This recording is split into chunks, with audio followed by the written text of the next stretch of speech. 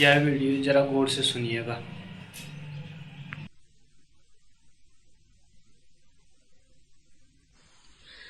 जोगिनी भयंग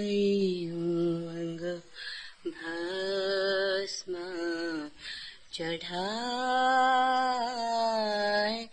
जोगिन भाइयों अंग भस्म चढ़ाए।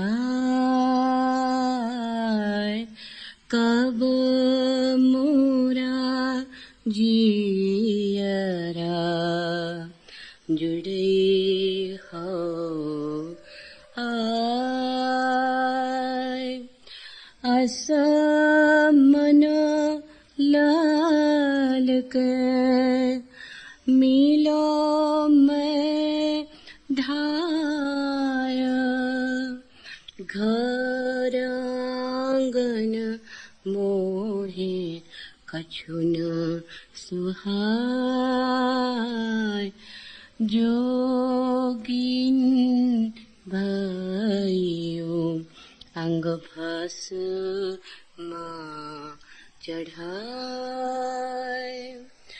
असम व्याकुल भय हो अधिकार, जैसे नीर बीन मिन सुखाय। आपन के ही ते कहो सुनाय, जो समझो तो समझे नाय, जोगिन भाइयों अंग भस्म चढ़ाए।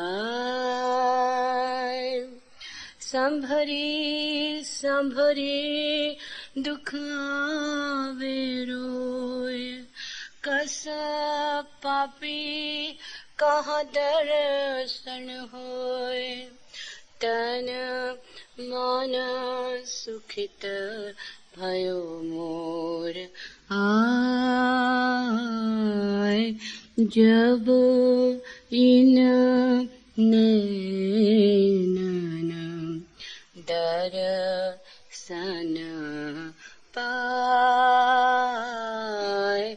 जोगिन भाइयों अंग भस्म चढ़ाए।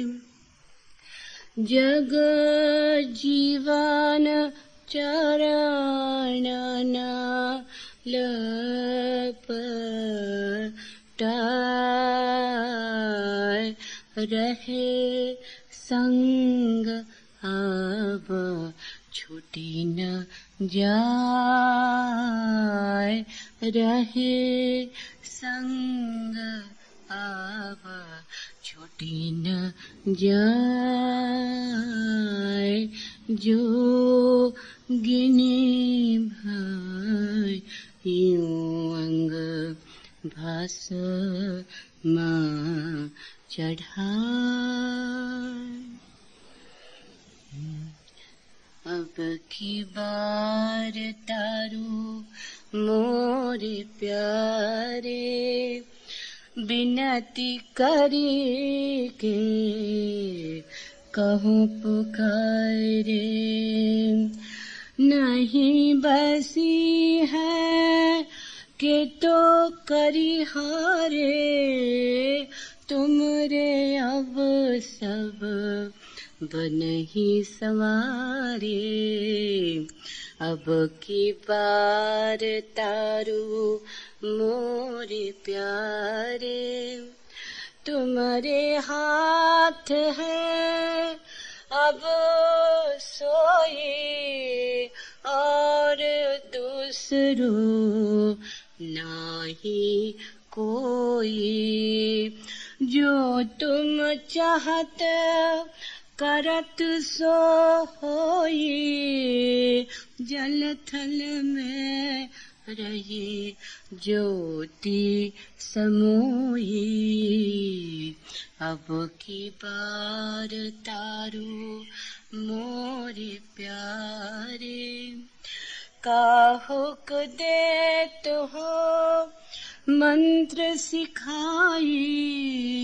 सो भजी अंतर भक्ति दृढ़ाई। कहाँ तो कछु कहा नहीं जाए, तुम जानत तुम देत जनाई। अब की बार तारू मोरे प्यारे, जगत भगत कहते तुम तारा। मैं अजान के तान बिचारा। चरण शीस में नाही टारा, निर्मल मूरत नीरत निहारो। अब की बार तारू मोरे प्यारे, जग जीवन का अब विश्वास राखूं सतगुरु अपने पास। जग जीवन का अब विश्वास राखूं सतगुरु अपने पास। अब की बार तारू मोरे प्यारे, बिनती करी ते कहाँ पुकारे।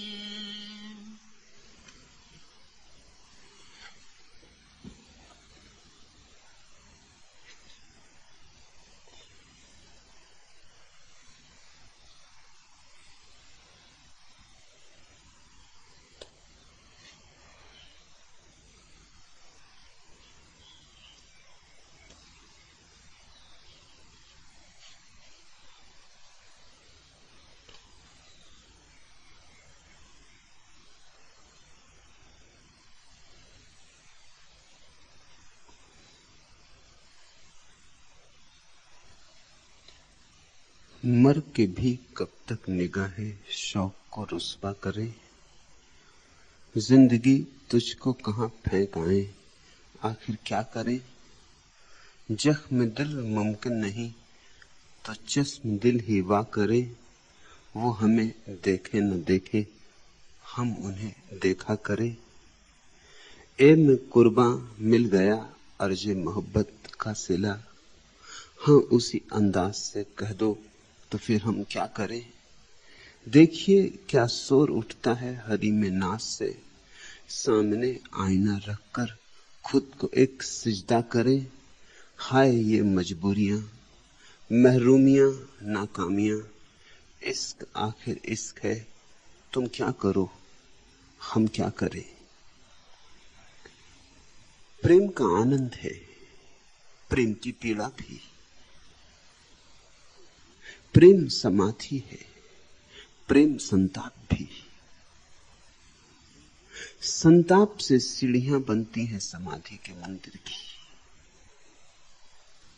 प्रेम की पीड़ाओं पर ही पग धर धर कर प्रेम के आनंद तक पहुंचना होता है। जो कीमत चुकाने को राजी नहीं, वह मंदिर तक नहीं पहुंच पाएगा। और मंदिर की सीढ़ियां पत्थरों से नहीं बनी है, पीड़ाओं से बनी है। तुम्हारा धन, तुम्हारा पद, तुम्हारी प्रतिष्ठा, कोई भी तुम्हें उसके मंदिर तक न ले जाएगी जब तक कि तुम हृदय को जला के राख करने को राजी न हो जाओ।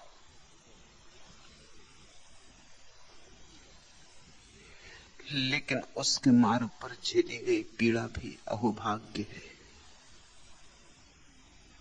उसके विपरीत सुख भी मिले तो दुर्भाग्य, उसकी खोज में दुख भी मिले तो सौभाग्य। उसे गमा के जिंदगी फूलों से भी भर जाए तो आज नहीं कल गंदगी और बदबू के सिवा कुछ भी न पाओगे।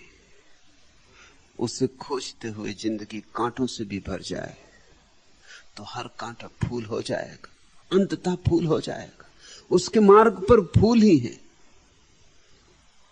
कांटे जैसे जो मालूम होते वे भी अंततः फूल ही सिद्ध होते हैं। प्रेम की पीड़ा के लिए जो तत्पर है झेलने को, वही प्रेम के मंदिर में छिपे परमात्मा को खोज पाता है। त्यागी व्रती भी दुख झेलता है, मगर उसके दुख में गणित है। प्रेमी भी दुख झेलता है, पर उसके दुख में गणित नहीं, काव्य है। त्यागी दुख झेलता है, मगर उसका दुख रूखा सूखा है। प्रेमी भी दुख झेलता है, मगर उसके दुख में हृदय की रसधार बहती। प्रेमी का दुख हरा भरा है, ज्ञानी का दुख आरोपित है,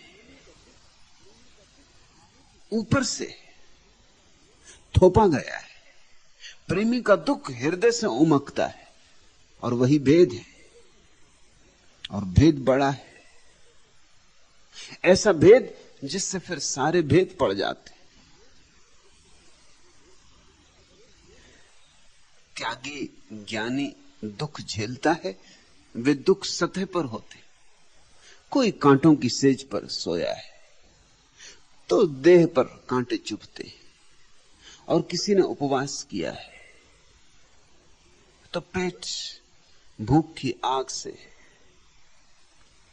झुलसता है, और कोई रात भर जागता रहा है तो उसकी आंखें थकी हैं। लेकिन ये सब ऊपर ऊपर है। प्रेमी का दुख हार देके कांटा हृदय में चुभता है, भूख हृदय में अनुभव होती,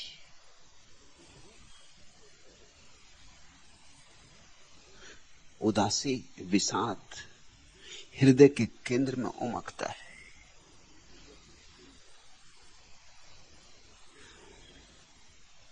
प्रेमी का दुख आत्मिक है, और निश्चित ही जो आत्मिक दुख उठाने को तैयार है उसने कीमत चुकाई, उसने अपने जीवन को यज्ञ बनाया। जो जीवन को यज्ञ बना लेते हैं वे ही पहुंचते हैं। वो काफिर आसना न आसना यूं भी है और यूं भी। हमारी इब्तिदा ता इंतहा यूं भी है और यूं भी। ताज्जुब क्या अगर रस्म वफा यूं भी है और यूं भी, कि हुस्न इसका हर एक मसलाया यूं भी है और यूं भी। कहीं जर्रा कहीं सहरा, कहीं कतरा कहीं दरिया, मोहब्बत और उसका सिलसिला यूं भी है और यूं भी। वो मुझसे पूछते हैं एक मकसद मेरी हस्ती का, बताऊं क्या कि मेरा मुद्दा यूं भी है और यूं भी। हम उनसे क्या कहें, वो जाने, उनकी मसलहत जाने। हमारा हाल दिल तो बरमला यूं भी है और यूं भी। न पालेना तेरा आसान, न खो देना तेरा मुश्किल। मुसीबत में ये जाने मुब्तला यूं भी है और यूं भी। उसे पाना बड़ा कठिन और उसे खो देना बड़ा आसान। उसकी तरफ चलना बड़ा कठिन, उससे दूर जाना बड़ा आसान। उसके पास तर चलो, उसके करीब बढ़ो तो भी दुख है, और उससे दूर जाओ तो भी दुख है। हमारी इब्तिदा ता इंतहा यूं भी है और यूं भी। उससे दूर जाओ तो दुख है, मगर कोरा दुख, नपुंसक दुख, कांटे ही कांटे जिनमें फूल कभी नहीं लगते। उसके पास चलो तो भी दुख है, लेकिन बड़ा विधायक दुख। उसी दुख की भूमि में आनंद के फूल खिलते हैं। उसे चूको तो भी संताप है, तो भी अंधेरी रात है। और उसे खोजने चलो तो भी अंधेरी रात है। पर एक भेद, उसकी तरफ पीठ करो तो अंधेरी रात का फिर कोई अंत नहीं। उसकी तरफ मुंह करके चल पड़ो, अंधेरा कितना ही घना होता जाए, जितना अंधेरा घना होता है उतनी ही सुबह करीब आती। कहीं जर्रा, कहीं सहरा, कहीं कतरा, कहीं दरिया। मोहब्बत और उसका सिलसिला यूं भी है और यूं भी। न तेरा न पा लेना तेरा आसान, न खो देना तेरा मुश्किल। मुसीबत में ये जाने मुब्तला यूं भी है और यूं भी। दुख तो ऐसे भी है, दुख वैसे भी है, लेकिन दुखों दुखों में भेद है। व्यर्थ के लिए भी आदमी दुख झेलता है, सार्थक के लिए भी दुख झेलता है। इसलिए सभी दुखों को एक ही तराजू पे मत तौल लेना। कोई धन के लिए भी रोता है और कोई ध्यान के लिए रोता है। दोनों के आंसुओं का एक ही मूल्य मत समझ लेना। यद्यपि विज्ञान के तराजू पर दोनों के आंसू एक जैसे ही, और अगर रसायनविद से पूछोगे तो दोनों के आंखों का आंसुओं का विश्लेषण भी एक जैसा है। दोनों का स्वाद भी एक जैसा खारा, कुछ भेद ना बता पाएगा। अगर रसायनविद के पास ले गए किसी भक्त के आंसू, किसी प्रेमी के आंसू, और जो धन के लिए रोया था और जो पद के लिए रोया था उसके आंसू ले गए, तो भेद ना बता पाएगा कि कौन से आंसू प्रेमी के हैं और कौन से पद के दीवाने के हैं। लेकिन अंतर तो है। रसायन शास्त्र न पकड़ पाए तो रसायन शास्त्र की सीमा सिद्ध होती। अंतर तो है। पद के रास्ते पर भी आदमी रोता है, लेकिन तब उसके आंसुओं की कोई गहराई नहीं, कोई मूल्य नहीं। उसके आंसुओं में कोई सुगंध नहीं, सुवास नहीं, क्योंकि उसके आंसुओं में कोई प्रार्थना नहीं। उसके आंसू नीचे की तरफ जाने वाले आंसू हैं। उसके आंसू नरक की यात्रा पर चले। और जब कोई उस प्यारे के प्रेम में रोता है तो आंसू ही जैसे हैं, लेकिन यात्रा का पूरा रूप बदल गया, आयाम बदल गया। अब ये आंसू आकाश की तरफ उठ रहे हैं। अब इन आंसुओं को पंख लग गए। अब ये आंसू स्वर्गीय, अब ये आंसू ऊर्ध्वगामी। भक्त भी रोता है, आसक्त भी रोता है, मगर भेद ख्याल रखना, वासनाग्रस्त भी नाचता है, प्रभु के प्रेम में डूबा हुआ भी नाचता है।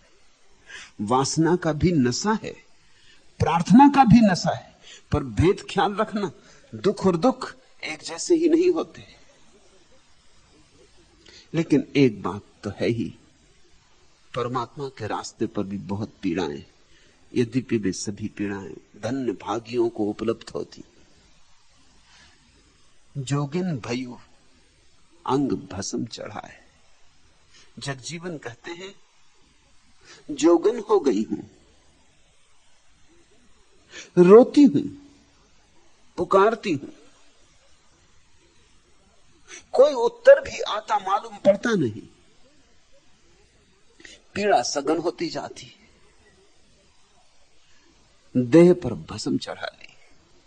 ये प्रतीक है, भस्म है प्रतीक मृत्यु का। कोई मर जाता है तो राख पड़ी रह जाती। ऐसे जीते जी मुर्दा हो गई। देह को तो जान ही लिया कि आज नहीं कल राख हो जाए, हो ही जाना है राख, तो हो ही गया। जोगिन भयू अंग भस्म चढ़ाए। प्रतीक को शब्द सा मत पकड़ लेना। कुछ ना समझो ने यही किया। वो भस्म चढ़ा के बैठ गए। वो सोचते हैं भस्म चढ़ा ली, काम पूरा हो गया। भस्म चढ़ाना बड़ा गहरा प्रतीक है। उसका अर्थ है इस देह को मुर्दा मान लिया।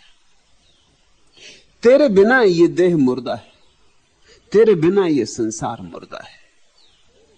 तू आए तो रस आए, तू आए तो जीवन आए, तू आए तो हरियाली हो, तू आए तो फूल खिले। तेरे बिना सब मौत है, तेरे बिना जीवन नहीं है, मरघट है।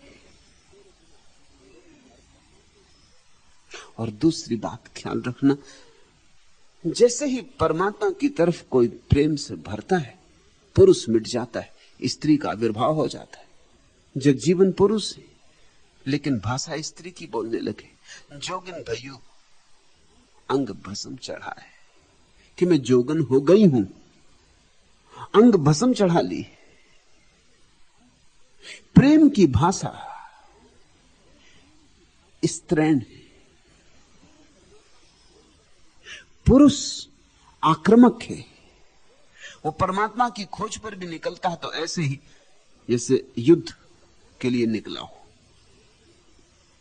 बैंड बाजा बजा के, भाले इत्यादि उठा के। परमात्मा की यात्रा पर भी योद्धा की तरह जाता है। जैसे परमात्मा से कोई जूझना है। पुरुष की भाषा विजय की भाषा है, स्त्री की भाषा समर्पण की भाषा है। और मजा यह कि जो समर्पण करना जानते हैं, जीत उनकी है। जो जीतने चले हैं, हार उनकी निश्चित है, 100% निश्चित है। परमात्मा से लड़ोगे, हारोगे। परमात्मा से हारोगे, जीत जाओगे। प्रेम का सूत्र है, जीत हार से उपलब्ध होती है।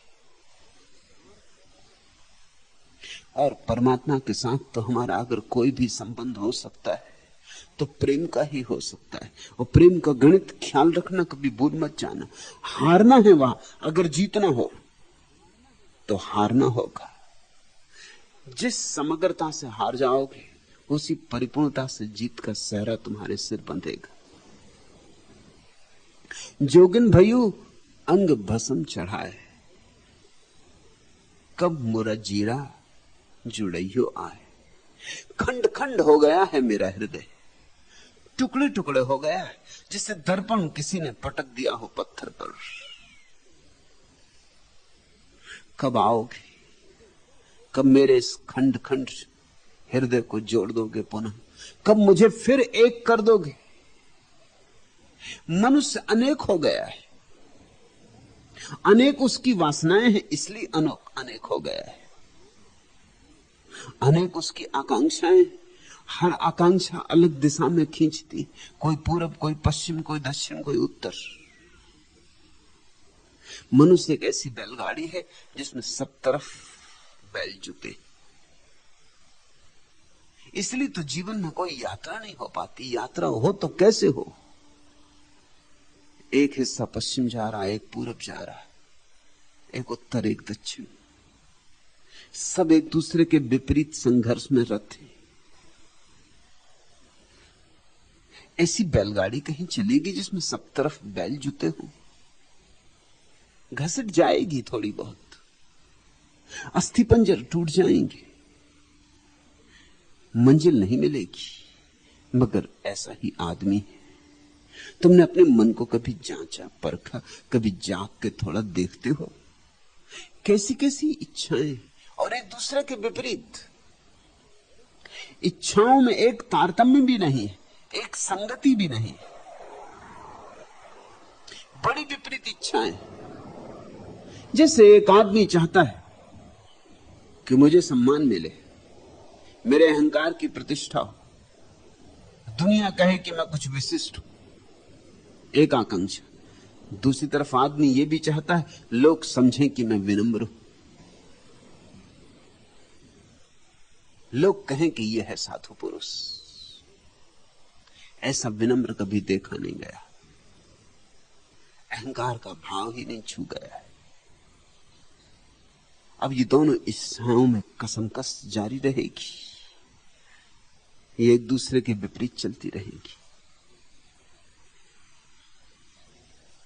एक इच्छा है कि दान दूं, बांटूं, लेकिन दूसरी इच्छा है खूब इकट्ठा करूं, संपदा हो, सुरक्षा हो, अर्जन होगी। एक इच्छा है कि जीवन में नित्य नूतन नए का आविर्भाव हो, क्योंकि ऊब हो जाती पुराने से, थक जाता आदमी पुराने से। तो रोज कुछ नई घटना घटे, कुछ नई संवेदना जगे, कुछ नई प्रतीति हो, एक इच्छा। और दूसरी इच्छा है सुरक्षा रहे, सुरक्षा न खो जाए। सुरक्षा पुराने के साथ रहती, नए के साथ असुरक्षा है। कौन जाने नया कैसा होगा, क्या होगा। नए का क्या भरोसा, पुराना जाना माना है, परिचित है, बहुत दिन साथ रहना हुआ है। पुराने के साथ रहो तो सुरक्षा है, लेकिन ऊब पैदा होती। नए के साथ रहो तो उत्तेजना होती, लेकिन खतरा पैदा होता है। और ऐसी अनंत अनंत इच्छाएं हैं जो एक दूसरे के विपरीत खड़ी। तुम अपने मन को ठीक से देखोगे तो तुम ठीक वैसी ही दशा पाओगे जैसा महाभारत के युद्ध में कौरव और पांडव एक दूसरे के खिलाफ खड़े।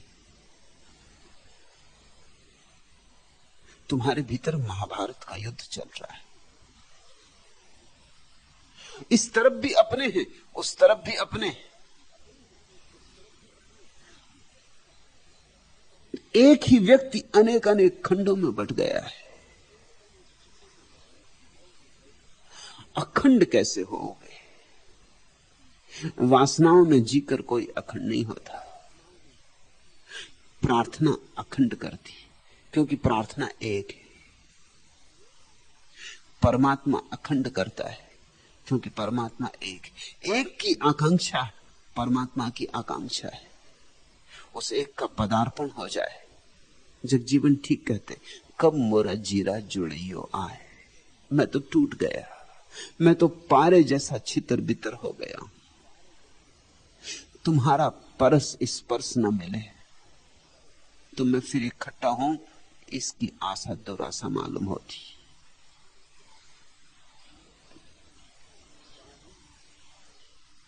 लागत अषाढ़, बाढ़ी बिरहा की बाढ़, उए अंजनी पहाड़, वही नैनन सो नदियां, हुई गई निपुती ते सपूती धरती की गोद, वारे वैस आंकुर पे रिझ गई बुनिया, पिया परदेस लागे सुनो सुनो वेश, रोवे हीरा मनी चुनरी पे धानी रंग अंगिया, हेरी हारो अंगना रिटेरी हारो कंगना, निहारी हारो कजरा, बुलाए हारी बिंदिया।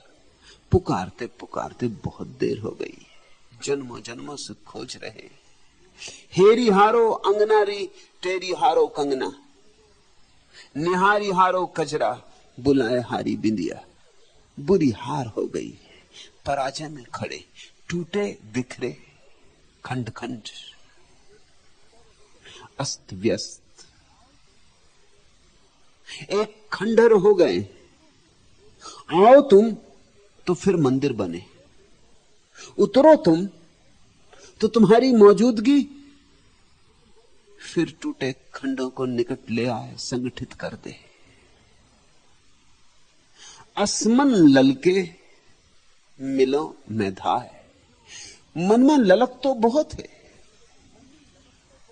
कि मिल जाऊं तुमसे आगे, पर तुम्हारी कृपा ना हो तो क्या हो। मैं तो बहुत चाहूं कि खोज लूं तुम्हें, लेकिन दूसरी तरफ से हाथ ना फैलाया जाए तो मेरे हाथ बड़े छोटे। ललक तो उठती है बहुत, पर मेरी सीमा है, मेरी ललक की भी सीमा है।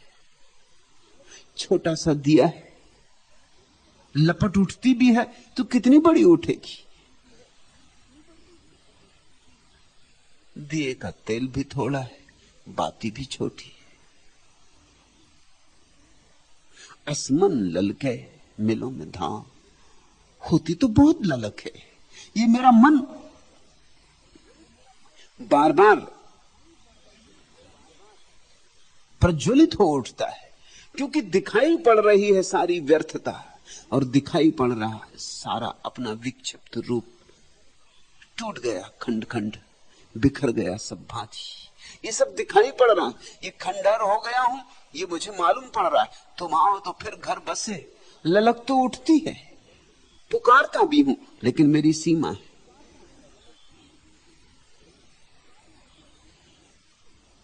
घर आंगन में कछु न सुहाए। अब कुछ भला भी नहीं लगता, ना कोई घर है ना कोई आंगन बचा है। रहने वाला ही टूट गया, रहने वाला ही मुर्दा है, मरघट हो गया है सब। किसी तरह ढो रहे हैं, तुम जिंदगी को ढो रहे हो। जी नहीं रहे, जीने की ललक कहां, जीने की पुलक कहां, जीने का उत्साह कहां, जीने की उमंग कहां। तुम्हारे पैरों में नृत्य तो नहीं, और न तुम्हारे प्राणों में गीत है। बांसुरी कब की नहीं बची, कब से स्वर खो गए, कब से तुम्हारा अपने मूल रूप से मिलन नहीं हुआ। परदेश भटकते भटकते, भीख मांगते मांगते तुम भूल ही गए हो अपनी बादशाहत। घर आंगन में कछु न सुहाए, असमय व्याकुल भयु अधिकाय। जैसे निर्बिन मीन सुखाए, और अधिक से अधिक मेरी पीड़ा होती जाती। पीड़ा का अंत तो दूर, पीड़ा बढ़ रही। खंड संगठित हो यह तो दूर, छोटे छोटे खंड और छोटे छोटे खंडों में टूटते जा रहे हैं।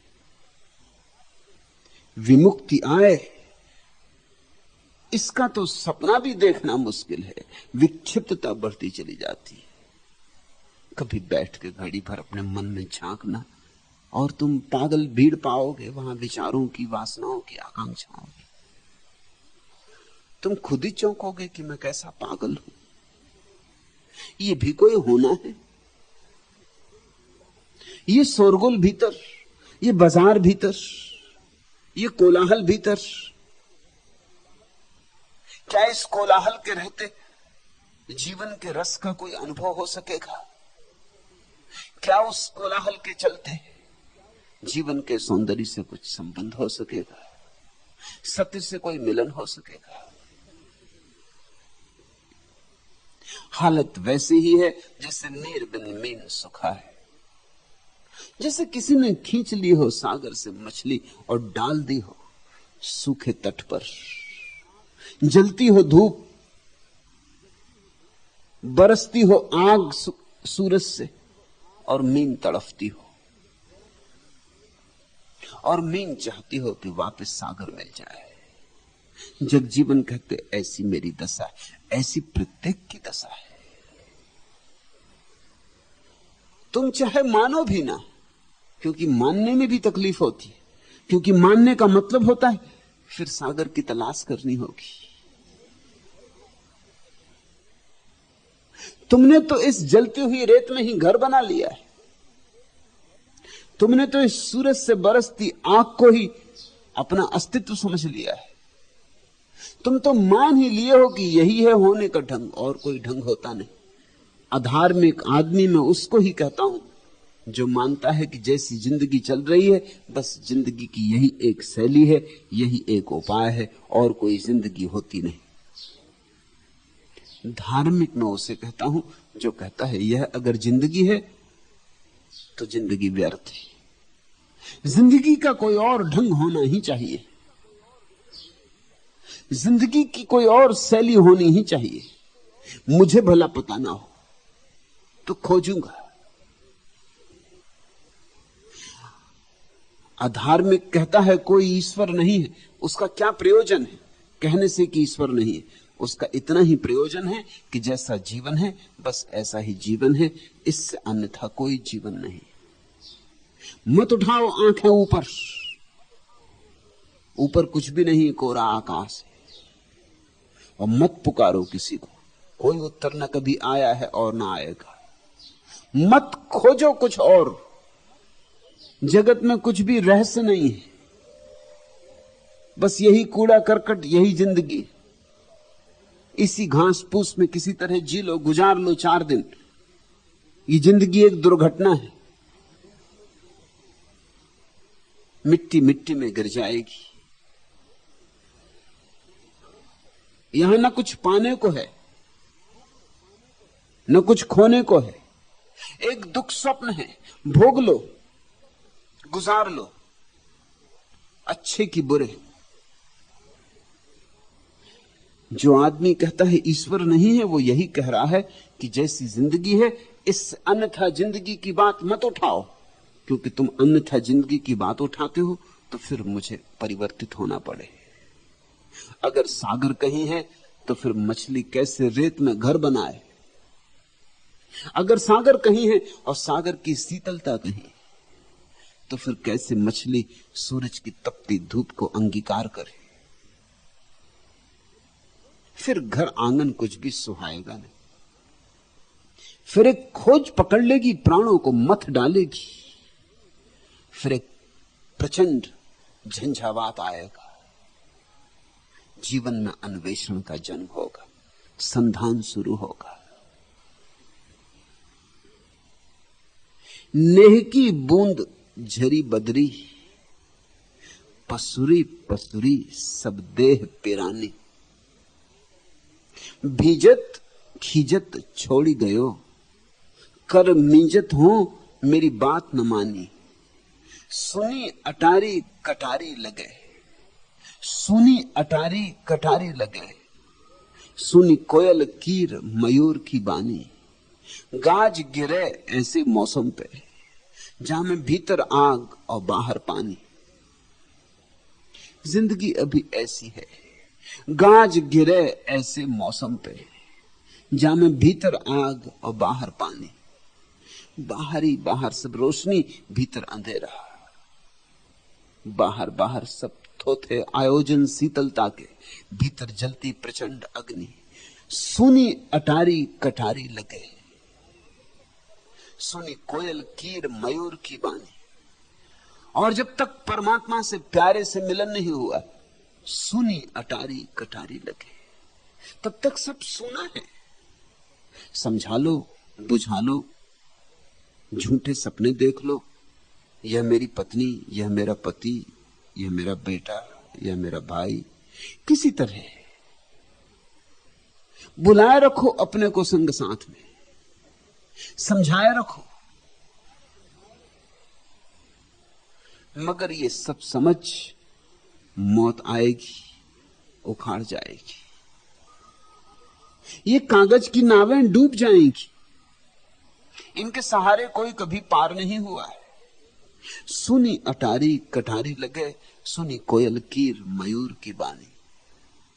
और जिसको याद आनी शुरू हो गई सागर की, उसे कोयल की पुकार, कुहू कुहू की पुकार, आनंद से आती अपने प्यारे की पुकार मालूम होने लगी, कटारी जैसी लगेगी। और जब पपीहा पुकारेगा पी कहां,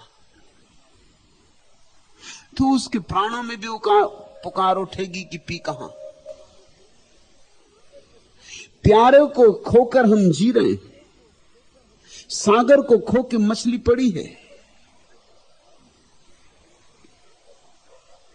जैसे नीर बिन मीन सुखाए, ऐसे हम सूख रहे हैं जिसको तुम जिंदगी कहते हो। ये धीमे धीमे मरने के अतिरिक्त तो और क्या है? आहिस्ता आहिस्ता आत्मघात और क्या है?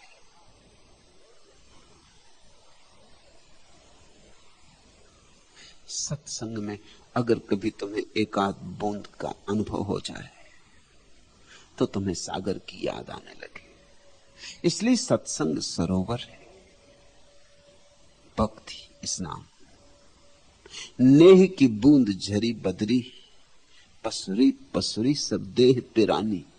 एक आध बूंद तुम्हारे भीतर उतर जाए तो तुम्हें पता चले कि जल भी है और प्यासा रहना नियति नहीं।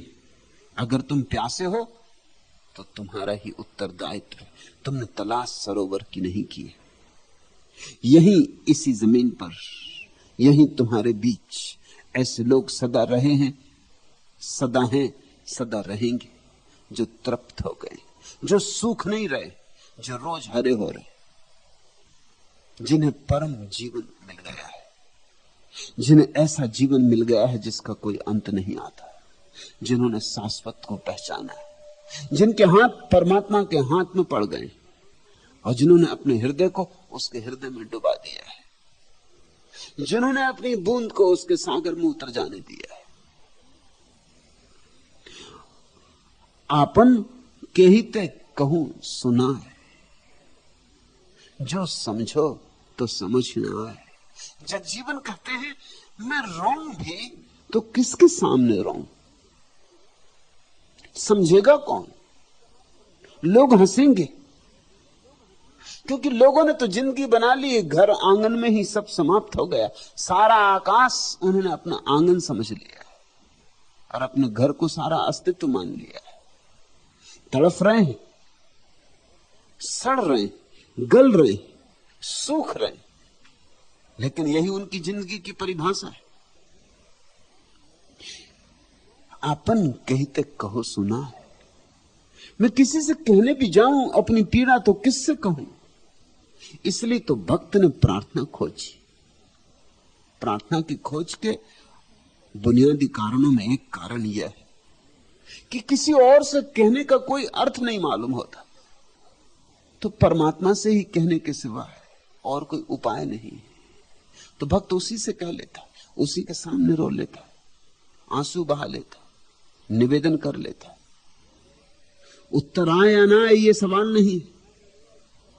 एक बात तो कम से कम ठीक है कि परमात्मा सुने या ना सुने, कम से कम हंसेगा तो नहीं, पागल तो ना समझेगा।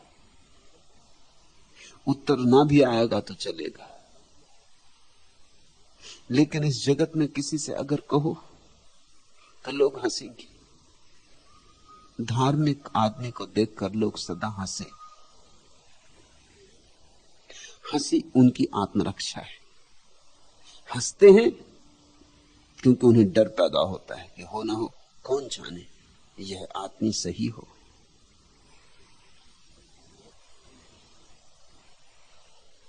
अगर यह आदमी सही है तो उनके पैर के नीचे की जमीन खिसक गई। इस आदमी को गलत होना ही चाहिए, तो ही उनके पैर के नीचे जमीन स्थिर रहती। अगर बुद्ध सही है तो तुम गलत हो गए। अगर कृष्ण सही है तो तुम्हारा भवन गिरा।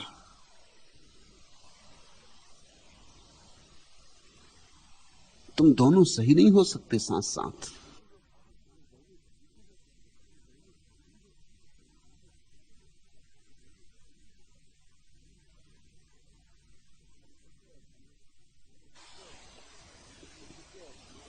बुद्ध के और तुम्हारे सही होने में कोई समझौता नहीं हो सकता। इसलिए लोग जब बुद्ध जीवित होते हैं तो बुद्ध से बचते, और जब बुद्ध मर जाते हैं तो उनकी पूजा करते। दोनों तरकीबें बचने की हैं। जिंदा होते हैं तो बचते हैं, क्योंकि सुनने में खतरा है। कौन जाने कोई बूंद कंठ में उतर ही जाए, तुम्हारे बावजूद उतर जाए, तुम चाहते भी ना हो और उतर जाए, कोई बात समझ में पड़ ही जाए तो फिर मुश्किल हो जाएगी। इसलिए बचते, विरोध करते। और जब बुद्ध मर जाते तो बचने की और भी अच्छी तरकीब मिल जाती, फिर पूजा करते, फिर उनकी मूर्ति बना लेते। लेकिन समझते कभी भी नहीं, या तो गाली देते हैं या पूजा करते हैं। और ख्याल रखना, दोनों में कुछ भेद नहीं है। जिंदा हो तो गाली देते, मर जाएं तो पूजा करते। मरे को तो वैसे भी कोई गाली नहीं देता ना। बुरा से बुरा आदमी भी मर जाए तो भी गांव के लोग प्रशंसा करने लगते। एक आदमी ने मुल्ला नसरुद्दीन को फोन किया कि भाई ठीक तो हो।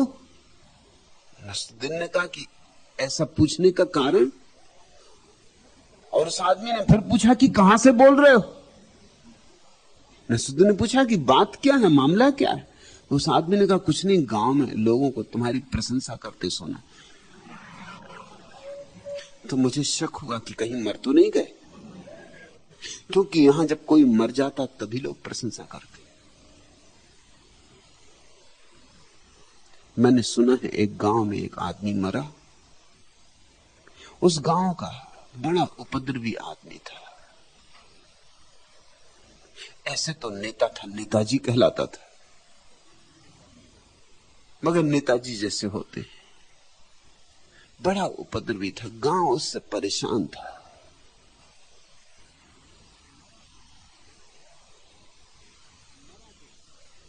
मरा तो सारा गांव प्रसन्न हुआ, दिल ही दिल लोग खुश हुए। लेकिन नेता था, उसके शागिर्द भी थे, दादा था, गांव में उसके और मानने वाले भी थे। तो सारे गांव को जाना तो पड़ा ही मरघट, क्योंकि मर के भी उसकी ताकत तो थी।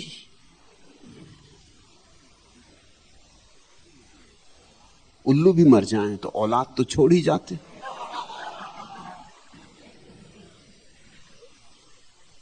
अब बड़ी मुसीबत वहां ये आई कि गांव के लोगों से कहा गया कि कुछ प्रशंसा में बोलो नेताजी की। हम नेताजी मर गए तो उनकी समाधि पर।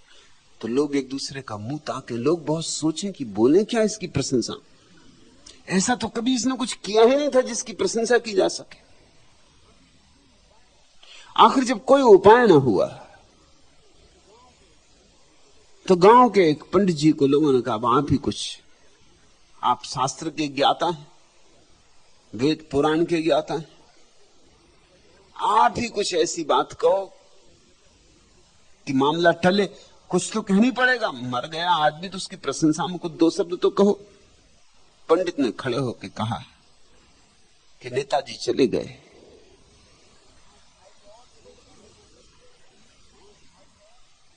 पांच भाई और छोड़ गए हैं पीछे। उन पांच भाइयों की तुलना में वो देवता तुल्य थे। और तो कुछ उसको भी नहीं सूझेगा, वो कहे क्या। ये बात गांव के लोगों को भी जची कि ये बात सच है। वो पांच भाई तो और पहुंचे हुए। कोई मर जाए तो प्रशंसा करनी ही होती, फिर कुछ निंदा का कारण भी नहीं रहा। और जब बुद्ध जैसे व्यक्तियों की हम बहुत निंदा करते हैं उनके जीवन में, तो हमारे भीतर एक अपराध भाव भी पैदा हो जाता है, क्योंकि कहीं प्राणों के किसी अंतस्थल में कोई कहता तो है कि हम गलत कर रहे हैं। हमारे प्राणों के प्राण में कोई स्वर गूंजता तो है कि हम गलत कर रहे हैं। करना पड़ता है क्योंकि हमारे जीवन की सुरक्षा है इसमें। नहीं तो हमारी दुकान क्या हो, हमारा बाजार क्या हो, हमारे संबंधों का क्या हो। अगर बुद्ध की सुने तो हमारी जिंदगी का सारा इंतजाम अस्त व्यस्त हो जाता है। जिसको हमने जिंदगी कहा वो तो अस्त व्यस्त हो जाती। तो विरोध तो करना पड़ता है, लेकिन कहीं प्राण के किसी गहन तल पर सत्य को एकदम इंकार कर भी तो नहीं सकते हो। तो बुद्धों के मरने के बाद हमें पश्चाताप घेरता है, अपराध भाव घेरता है। उस अपराध भाव के कारण फिर हम पूजा शुरू करते कि चलो ठीक है, जो जिंदगी में हुआ हुआ, अब तो 2 फूल चढ़ाओ, अब किसी तरह अपने मन को हल्का कर लो। तो जीसस को सूली दी और फिर 2000 साल से पूजा चल रही है। सुकरात को जहर पिलाया और 2500 साल से सम्मान और सुकरात की प्रशंसा में इतने गीत लिखे जा रहे। बुद्ध को पत्थर मारे, महावीर के कानों में सलाखें ठोक दी, जिंदा रहना मुश्किल कर दिया, और फिर मंदिर खड़े हो रहे और पूजा के थाल उतारे जा रहे। यहां तो सच बात किसी से कहनी मुश्किल है, क्योंकि लोगों की जिंदगी झूठ पर खड़ी है। सच का जरा सा धक्का, जरा सा झोंका और उनके ताशों के महल गिर जाते। कौन सुनने को राजी है? और किसी से कहो भी कोई सुनने को राजी भी हो जाए तो भी कौन सहानुभूति तुम्हें दिखलाएगा? आपन कहते कहो सुना। जगजीवन कहते हैं किसी से अपने दिल की, अपने दुख की बात भी कह सको, ऐसा भी कोई संगी साथी नहीं दिखाई पड़ता। जो समझो तो समझ ना आए, न किसी दूसरे से कह सकते। खुद समझने की कोशिश करो तो कुछ समझ में आता नहीं। इतना सब बेबूझ है। क्यों मैं आया, क्यों जन्मा, क्यों, किस लिए, किस तरफ चल रही है यात्रा, कौन खींचे लिए जाता है, कौन चलाता है इस जीवन के विराट उपक्रम को, कौन छिपा है इस सारे रहस्य के भीतर, किसके हाथ, किसके हस्ताक्षर इस विस्तार में है। खुद समझो तो भी कुछ समझ में नहीं आता। ये बात समझने की नहीं, ये बात बुद्धि की नहीं, ये बात हृदय की। क्योंकि समझ में नहीं आती बात, इसलिए भक्त समझ के केंद्र से हट जाता है और प्रीति के केंद्र में उतर जाता है। ज्ञानी वही उलझा रहता है और समझने की ही कोशिश करता रहता है। समझने की कोशिश परमात्मा को वैसे ही है जैसे कोई आंख से संगीत सुनने की कोशिश करे। हाँ, आंख से वीणा दिखाई पड़ेगी और संगीतज्ञ वीणा के तार छेड़ता हुआ भी दिखाई पड़ेगा, लेकिन सुनाई कुछ भी ना पड़ेगा। या जैसे कोई कान से देखने की कोशिश शुरू करे तो वीणा के तार दिखाई नहीं पड़ेंगे, न वीणा न वीणा वादक, लेकिन स्वर सुनाई पड़ेगा। आंख देखती है, सुनती नहीं। कान सुनता है, देखता नहीं। बुद्धि क्षुद्र पर समर्थवान है, विराट पर नहीं। विराट पर हृदय का अधिकार है। जो बुद्धि से समझने चलते हैं सत्य को, उनके हाथ में क्षुद्र सिद्धांत लगते हैं, सत्य नहीं। जो हृदय से सत्य को समझने चलते हैं वे समझ पाते हैं। लेकिन हृदय की भाषा समझने की भाषा नहीं, प्रेम की भाषा है। प्रेम एक तरह के ज्ञान को जन्म देता है, उसी ज्ञान का नाम भक्ति है। भक्त ये नहीं कह सकता कि मैं भगवान को समझता हूं, लेकिन भक्त ये कहता है कि मुझे उसका स्वाद मिला। भक्त ये नहीं कह सकता कि मैं सिद्धांतता समझा सकता हूं कि भगवान क्या है। भक्त इतना ही कह सकता है कि मैंने डुबकी मारी, मैं जिया, मैंने उसे अनुभव किया, मैं उसके ही रूप में डूब गया, वो मेरे रूप में डूब गया, मैं उसके साथ एकात्म हो गया हूं। भक्त यही कह सकता है कि मैं हूं प्रमाण उसका, और कोई प्रमाण नहीं दे सकता। जो समझो तो समझ ना आए। समरी समर दुख आभे रोए। और बहुत अपने को संभालता हूं, मगर रह रह के बड़े दुख का आंदोलन उठता है कि और कितनी देर, और कितना तड़फाओगे, और कितने दूर दूर दूर रखोगे। समरी समरी दुख आवे रोए, रो रो उठता हूं। ये भक्ति की पीड़ा समझो। किसी से कह नहीं सकता, कोई समझेगा नहीं। कहे तो लोग हंसेंगे, पागल समझेंगे। अपने ही भीतर गुपचुप संभाल के रखना होगा। खुद भी समझना चाहे, समझ में आता नहीं, क्योंकि बुद्धि बड़ी छोटी है, सत्य उसमें समाता नहीं। तर्क काम नहीं पड़ते, सब तर्क गिर जाते। शास्त्र शब्द सिद्धांत सब थोथे मालूम होते, कोई अनुभव की तरफ ले जाता मालूम नहीं होता। विधि विधान औपचारिक क्रियाकांड सब ऊपर ऊपर मालूम होते, अंतस्थल नहीं छूता, अंतस्थल नहीं आंदोलित होता, भीतर ऊर्जा नहीं उठती, उमंग नहीं जगती, उत्साह का आविर्भाव नहीं होता। फिर करे क्या भक्त? रह रह के रोने लगता है, संभालता है, क्योंकि कौन उसके आंसुओं को समझेगा? उसके आंसू उसे व्यर्थ ही विक्षिप्त सिद्ध करवा देंगे।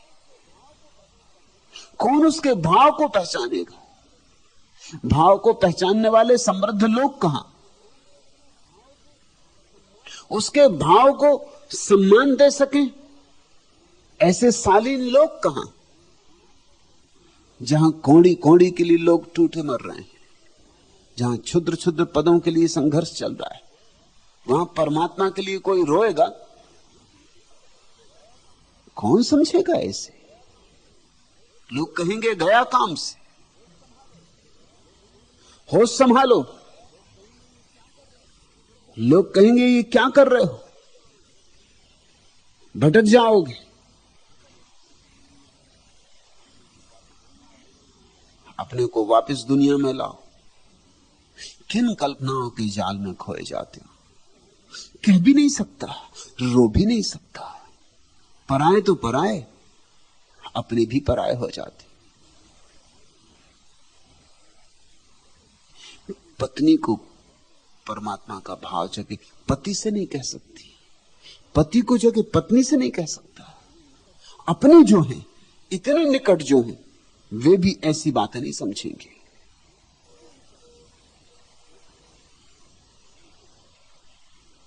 मेरे पास रोज घटनाएं घट जाती। कोई पति आ जाता, क्या आपने मेरी पत्नी को क्या कर दिया? अकारण हंसती है, रोती, अकारण। पास पड़ोस में खबरें फैलने लगी कि कुछ गड़बड़ हो गए। कोई कारण हो तो हंसो, कोई कारण हो तो रो, लेकिन अकारण बैठे बैठे तुम भी सोचोगे तुम्हारी पत्नी एकदम बैठी रहे कुर्सी पर, एकदम खिलखिला के हंसने लगे, तुम्हें भी शक होगा कि बात क्या है। और पति कहते हैं कि अगर मैं समझाता हूं तो वो और हंसती। मैं तो कि चुप रहे, कोई मोहल्ला पड़ोस के लोग सुन लेंगे, तो उसे और हंसी आती। कभी कभी बैठे रोने लगती, कोई कारण ही नहीं। और इससे भी ज्यादा अड़चन होती कभी कभी कि दोनों काम एक साथ करने लगती, हंसना रोना दोनों। ये तो सिर्फ पागल ही करते। तो मुझसे पूछते हैं वो कि क्या करें, किसी चिकित्सक को दिखाएं। और चिकित्सक क्या क्या करेगा? ऐसे व्यक्ति को दे देगा इलेक्ट्रिक शॉक, दे देगा। इलेक्ट्रिक शॉक ऐसा ही है जैसे कभी कभी तुम करते हो, कोई नई बात नहीं, तुम्हारी घड़ी बंद हो गई, एक दिया झटका जोर से, कभी कभी चल पड़ती है, ये बात भी सच है। मगर ये कोई तरकीब है? घड़ी चलाने की कोई घड़ी साज, तुम कोई घड़ी साज नहीं हो। कभी कभी हो जाता है कि चल पड़ती, कभी कोई तेल अटक गया था, कि कभी कोई एक धूल का कण अटक गया था, दे दिया झटका, मगर ये संयोग की बात है, ये कोई कला नहीं है, ये कोई विज्ञान नहीं है। कभी कभी ऐसा हो जाता है कि इलेक्ट्रिक का शॉक, मस्तिष्क बड़ी सूक्ष्म घड़ी जैसी चीज है, कभी कभी ठीक चलने लगता है। तो लोग समझते हैं ये कोई कला है, ये कला नहीं है।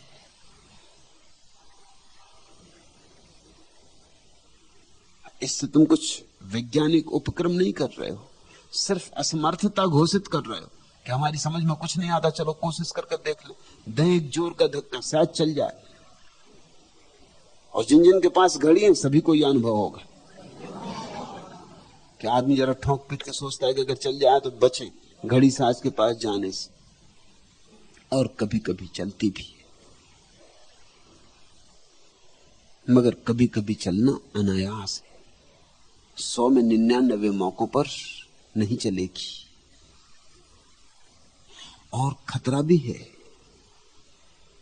कि जैसे कभी कभी चल जाती है, कभी कभी झटका देने से और भी बिगड़ जाएगी, जितनी बिगड़ी थी उससे ज्यादा बिगड़ जाएगी। क्या करेगा चिकित्सक? कोई इलाज नहीं, भक्ति का कोई इलाज नहीं। नानक बीमार पड़े थे भक्ति में, वैद्य ने आके नाड़ी पकड़ी तो नानक हंसने लगे और कहा कि नानक मेहनत ना करो, ये मरीज तुम्हारी दवा से ठीक ना होगा। ये बीमारी इलाज हो सके ऐसी नहीं है, ये तो परम चिकित्सक जब आएगा तभी ठीक हो सकेगी। ये तो औषधि जब समाधि की उतरेगी तभी ये व्याधि जाएगी, उसके बिना नहीं। समाधि ही इस व्याधि के लिए औषधि है और कुछ नहीं। किससे कहो, कोई समझेगा नहीं। रो भी तो भी अकेले में रोना पड़ेगा। संभाल संभाल के भक्त को चलना पड़ता है, क्योंकि संसार भक्त के बिल्कुल ही प्रतिकूल है। यहां तुम ये बात ख्याल रखना कि यहां संसार ज्ञानी के इतने प्रतिकूल नहीं है, क्योंकि ज्ञानी की भाषा और संसार की भाषा में एक तारतम्य।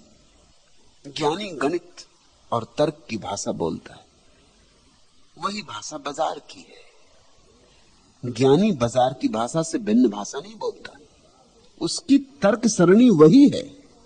2 2 4 जैसे बाजार में होते हैं, वैसे ही ज्ञानी की भाषा में 2 2 4 होते। अड़चन तो भक्त की है, वहां पुराना कोई गणित काम नहीं करता। वहां एक और एक मिलकर 2 नहीं होते, एक और एक मिलकर एक ही होता। प्रेम में एक और एक मिलकर एक ही होता, 2 नहीं होते। गणित में एक और एक मिलकर 2 होते। तो ज्ञानी को इतनी अड़चन नहीं है और त्यागी को भी अड़चन नहीं, क्योंकि उसकी भी भाषा संसार की भाषा है। तुम भली भांति जानते हो कि अगर धन कमाना है तो बहुत से त्याग करने पड़ते। धन कमाने वाला कम त्यागी नहीं होता। अगर दुकान पर ग्राहक है, छोड़ देता है उस दिन भोजन, उपवास कर जाता है। अगर धंधा जोर से चल रहा है तो रात देर तक जागा रहता। अगर रात भर भी जाग के हिसाब किताब करना पड़े तो वो भी कर लेता। तुम जानते हो कि दुकानदार भी एक तरह की तपश्चर्या करता है। तुम जानते हो पद का खोजी भी बड़ी चेष्टाएं करता है, बड़े उपक्रम करता है, सब तरह के त्याग करता है। जेल इत्यादि भी जाना पड़ता है कि जेल वगैरह नहीं गए तो सर्टिफिकेट नहीं। किसी से कहो कि भाई वोट दो, वो पूछता कितनी दफे जेल गए, तो सर्टिफिकेट चाहिए कि इतनी दफे जेल गए। कोई भी बहाने से सही, मगर 2-4 दफा जेल जाना ही चाहिए, नहीं तो नेता कैसे। त्यागी की भाषा भी संसार की भाषा से भिन्न नहीं है। सबसे ज्यादा कठिनाई है भक्त की, क्योंकि उसकी भाषा में और संसार की भाषा में कोई तालमेल नहीं। वे अलग ही भाषाएं, उनका एक दूसरे में अनुवाद भी नहीं हो सकता। संसार की भाषा है गणित की और तर्क की, भक्त की भाषा है भाव की और प्रेम की। समरी समर दुख आवे रोए, कस पापी कह दर्शन होए। और मैं जानता हूं कि तेरा क्या कसूर, मैं पापी ऐसा हूं कि तेरा दर्शन भी हो तो कैसे हो। ये भक्त की भाव दशा समझना। भक्त दोष नहीं देता भगवान को, यह नहीं कहता कि तू नाराज है, कि तेरी कृपा की कमी है, कि तू रहीम नहीं, रहमान नहीं, कि तू करुणावान नहीं। इतना ही कहता है, कस पापी कह दर्शन हो। मैं पापी हूं, अज्ञानी हूं, मूढ़ हूं, दर्शन हो भी तो कैसे हो। और ये भी भली भांति जानता हूं कि मेरे रोने से कोई मेरी पात्रता थोड़ी हो गई कि दर्शन होना चाहिए। मैंने तुझे प्रेम किया, इतना ही तो काफी नहीं है। मुझ में अभी हजार हजार रोग और हजार हजार विशुद्धियां आने की अभी संभावना है, हजार हजार अशुद्धियां अभी मुझ में है। अभी मैं पवित्र कहां, अभी तू आए इस योग मेरा घर कहां। तन मन सुखद भयो मोर आए। लेकिन इतनी जैसी तैयारी कोई कर लेता है, यही तैयारी है, संभल संभल के रोना, संसार से छिपा छिपा के प्रार्थना करना, अपने मन के भाव को अपने मन के भाव के जैसा ही रखना, उसकी अभिव्यक्ति भी ना करना, एकांत में बहा लेना आंसू और जानते रहना कि परमात्मा की अनुकंपा तो अपार है। मेरे ही पापों के कारण बाधा पड़ती होगी, वह तो सामने है, मेरी आंखों पर ही पर्दा होगा, वह तो आया ही हुआ है, मैं ही नहीं देख पा रहा हूं, कहीं मेरी ही भूल चूक है। ऐसी ही भाव दशा तो तैयार करती भक्त को, यही तो उसकी पात्रता का निर्माण है। और तब घटना घटती है, तन मन सुखित भयो मोर आए। तुम आ गए, ऐसे ही अचानक आना होता है। मेरा तन मन दोनों आनंद से भर गए।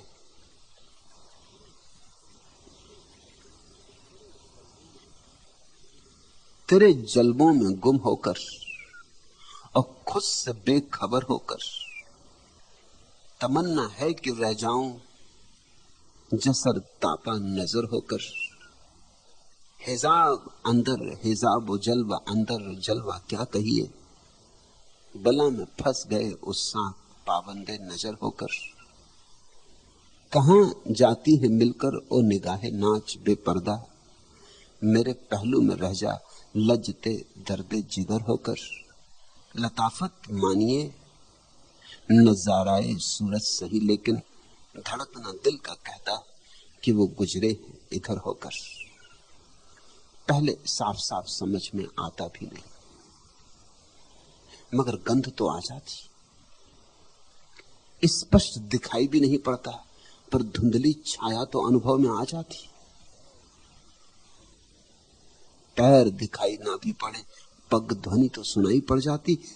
लताफत मानिए नजाराए सूरत सही, लेकिन धड़कना दिल का कहता है वो गुजरे हैं इधर होकर। और दिल एक नई गति से, एक नई लय से, एक नए छंद से धड़कने लगता है। वही पहचान। और भक्त और चाहता क्या है, तेरे जलवों में गुम होकर और खुद से बेखबर होकर, तमन्ना है कि रह जाऊं जसर तापा नजर होकर। बस तुझ में खो जाऊं, मिट जाऊं।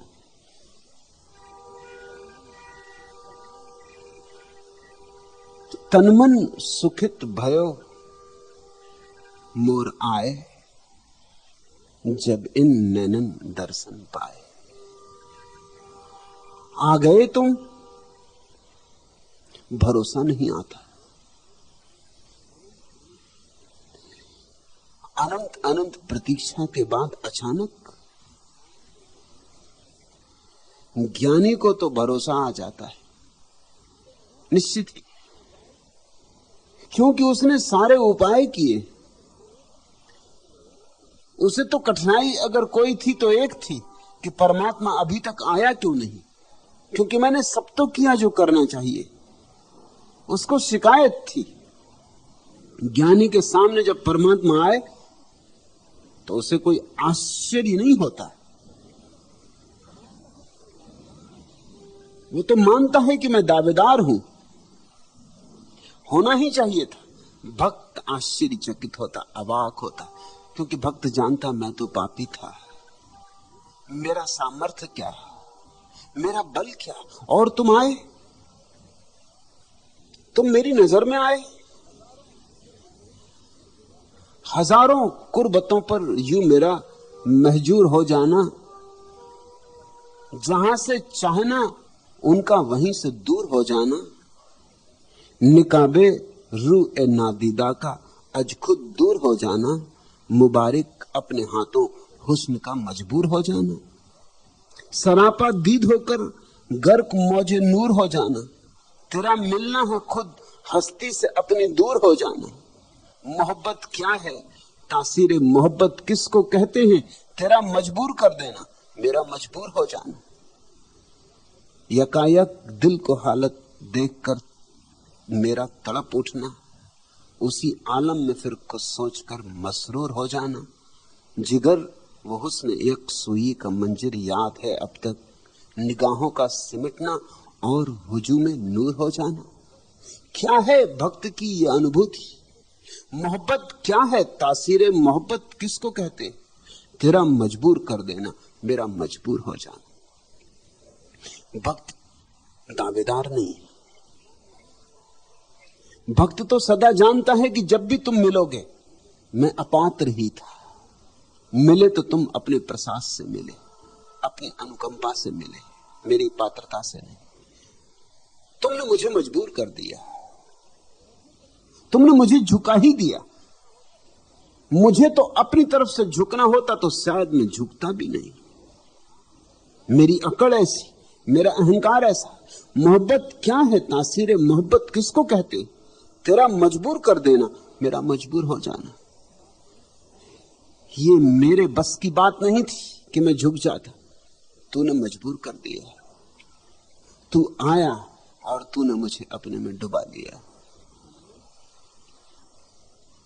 तनमन सुखित भयो मोर आए।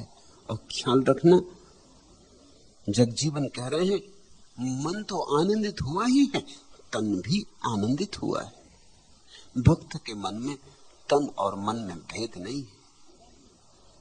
भीतर तो आनंद उमगा ही है, बाहर भी आनंद बरसा है, बाहर और भीतर में भेद नहीं।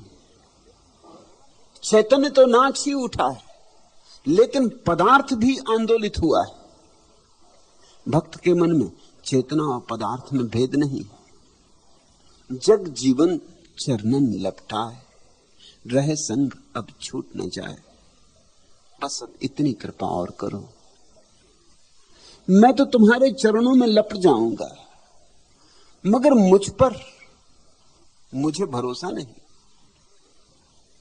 ये भी तुम्हारी ही कृपा हो तो ही बात बने, नहीं तो संग फिर छूट सकता है। मुझे अपनी भूल चूकों का भली भांति पता है, मुझे अपनी नासमझियों का भली भांति बोध है।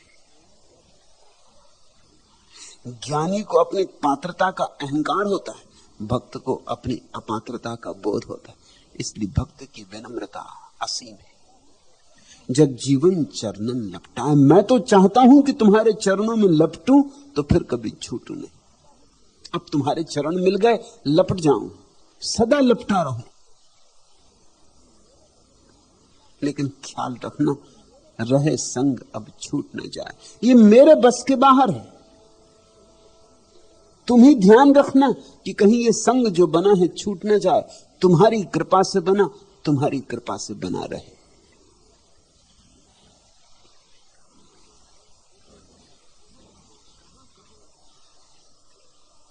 कहां कहां उड़ के सोले पहुंचे ये, होश किसको ये कौन जाने। हमें बस इतना है याद, अब तक लगी थी आग अपने घर से पहले। कहां ये शौरिस, कहां ये मस्ती, कहां ये रंगीनियों का आलम। जमाना ख्वाबो ख्याल सा था तेरे फसूने नजर से पहले। उठा जो चेहरे से पर्दाए सब, सिमट के मरकज पे आ गए सब। तमाम जलवे जो मुंतसिर थे तुलुए हुस्ने वसर से पहले। वो याद आगाज़े इस अब तक अनी से जानो दिले हजी है। वो एक झिझक सी, वो एक झपक सी, हर एक इल्तफाते नजर से पहले। हम ही थे क्या जुस्तजू का हासिल, हम ही थे क्या अपनी आप मंजिल। वहीं पे आके ठहर गया दिल, चले थे जिस रह गुजर से पहले। कहां थी ये रूह में लताफत, कहां थी कौनेन में ये वसत। हयात ही सो रही थी जैसे किसी की नजर से पहले। उसकी एक नजर और जो छिपा था प्रकट हो जाता है, और जो फूल दबे पड़े थे खिल जाते, और जो चांद तारे दिखाई न पड़ते थे दिखाई पड़ने लगते। कहां थी ये रूह में लताफत, ये हमारे प्राणों में प्रसाद कहां था, ये आनंद कहां था, ये उत्सव कहां था। कहां थी ये रूह में लताफत, कहां थी कौनेन में ये वसत। ये दुनिया का विस्तार इसके पहले कभी दिखा नहीं था। ये विराटता कहां छिपी थी, ये रहस्य पर रहस्य। हम कैसे अंधे थे। हयात ही सो रही थी जैसे किसी की नजर से पहले। तेरी आंख जब तक हमारी आंख में न पड़ी तब तक सारा अस्तित्व जैसे सोया हुआ था, जैसे हम बेहोश थे। कहां ये सौरिस, कहां ये मस्ती, कहां ये रंगीनियों का आलम। कहां था ये सब रहस्य, ये सतरंगी अस्तित्व, ये आनंद उत्सव, ये प्रतिपल बरसता हुआ अमृत। कहां ये सौरिस, कहां ये मस्ती, कहां ये रंगीनियों का आलम। जमाना ख्वाबो ख्याल सा था, हम तो जैसे सपने ही देख रहे थे नींद में। तेरे फसूने नजर से पहले, और तेरी आंख जब आंख में पड़ी तो सपने गए, सत्य प्रकट हुआ। उठा जो चेहरे से पर्दाए सब, सिमट के मरकज पे आ गए सब। तमाम जलवे जो मुंतसिर थे तुलुए हुस्ने वसर से पहले। जो जो छिपा था प्रकट हो गया, जो अदृश्य था दृश्य हो गया। नहीं जो कभी सुने थे स्वर वे सुनाई पड़ने लगे। सारे गीत बज उठे, सारे नृत्य सजग हो गए। आज तेरी नजर की रोशनी में, आज तेरी मौजूदगी के अमृत में अब ये बात समझ में आती है, भरोसा आज भी नहीं आता। हम ही थे क्या जुस्तजू का हासिल, क्या हम ही थे लक्ष्य जीवन का। हम ही थे क्या आप अपनी मंजिल। वहीं पे आके ठहर गया दिल, चले थे जिस रह गुजर से पहले। और ये क्या चमत्कार है कि हम तो समझ रहे थे कि गंतव्य की तलाश कर रहे हैं, और आज जब पहुंचे हैं तेरी नजर में, और आज जब तुझसे मिलना हुआ है, तो पता चलता है कि स्रोत और गंतव्य दो नहीं एक ही। पहली जो हमारी यात्रा की शुरुआत थी वहीं हम वापस लौट आए। वर्तुल पूरा हो गया है, जहां से चले थे वहीं वापस आ गए। इस अवस्था का नाम मोक्ष या निर्वाण, या जो भी नाम तुम देना चाहो।